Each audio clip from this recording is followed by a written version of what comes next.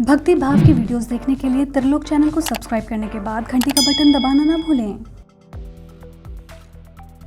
भाद्रपद की पूर्णिमा से अश्विनी कृष्ण पक्ष अमावस्या तक 16 दिनों का समय श्राद्ध या श्राद्ध पक्ष कहलाता है।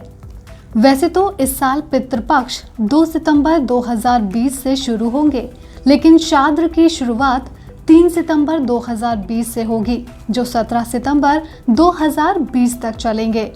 शास्त्रों के अनुसार अपने पूर्वजों की आत्मा की शांति और मोक्ष के लिए पितरों को तर्पण दिया जाता है। हिंदू धर्म के मुताबिक जो परिजन अपने देह त्याग देते हैं, उनकी आत्मा की शांति और तृप्ति के लिए विधि विधान पूर्वक तर्पण किया जाता है, जिसे श्राद्ध कहते हैं। धार्मिक मान्यता के अनुसार मृत्यु के देवता कहे जाने वाले यमराज देव श्राद्ध पक्ष में कई जीवन को मुक्त कर देते हैं, ताकि वो अपने परिवारजनों के यहाँ जाकर उनके द्वारा दिया गया तर्पण ग्रहण कर सकें, जिससे उनकी आत्मा को मोक्ष की प्राप्ति होती है। श्राद्ध से सिर्फ पितृ तृप्त नहीं होते, बल्कि समस्त देवों से लेकर वनस्पतियां तक तृप्त हो जाती हैं। श्राद्ध करने वाले व्यक्ति का सांसारिक जीवन सुख और समृद्धि से भर जाता है और अंत में उसे भी मोक्ष की प्राप्ति होती है। आज की इस वीडियो में हम आपको श्राद्ध से जुड़ी तमाम जानकारियां देंगे, जिसमें हम आपको बताएंगे कि श्राद्ध क्या होता है, पितृ कौन होते हैं और पितृपक्ष कब मनाया जाता है। इसके अलावा यदि आपको श्राद्ध की तिथि याद ना हो तो उसके लिए भी उपाय बताएंगे। यदि आप भी श्राद्ध के बारे में और जानना चाहते हैं तो इस वीडियो को अंत तक जरूर देखें। इसके साथ अपने मित्रों और संबंधियों के साथ भी इसे शेयर करना ना भूलें। श्राद्ध क्या होता है?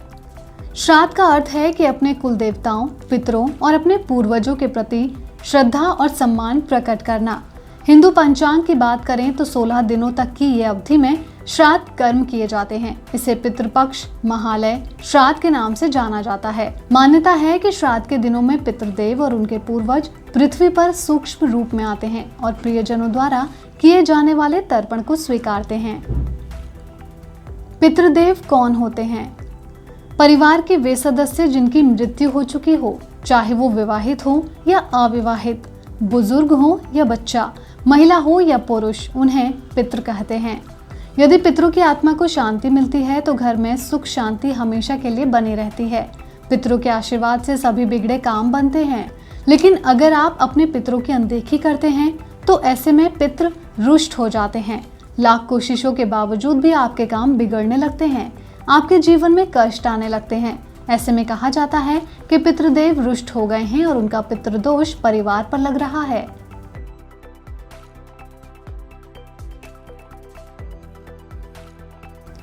कब होता है पितृपक्ष? हिंदुओं के धार्मिक ग्रंथों और शास्त्रों में पितृपक्ष से जुड़ी कई महत्वपूर्ण बातों को बताया गया है। इनके अनुसार पितृपक्ष भाद्रपद की पूर्णिमा से शुरू होते हैं और अश्विन मास की अमावस्या तक रहते हैं। अश्विनी महीने की कृष्ण पक्ष को पितृपक्ष कहा जाता है और भाद्रपद पूर्णिमा के दिन उन्हीं का श्राद्ध किया जाता है, जिनका मृत्यु साल के किसी भी पूर्णिमा को होती है। इतना ही नहीं, कुछ ग्रंथों में भाद्रपद पूर्णिमा के दिन दिवंगत हुए व्यक्ति का तर्पण अश्विनी अमावस्या को करने के लिए कहा जाता है।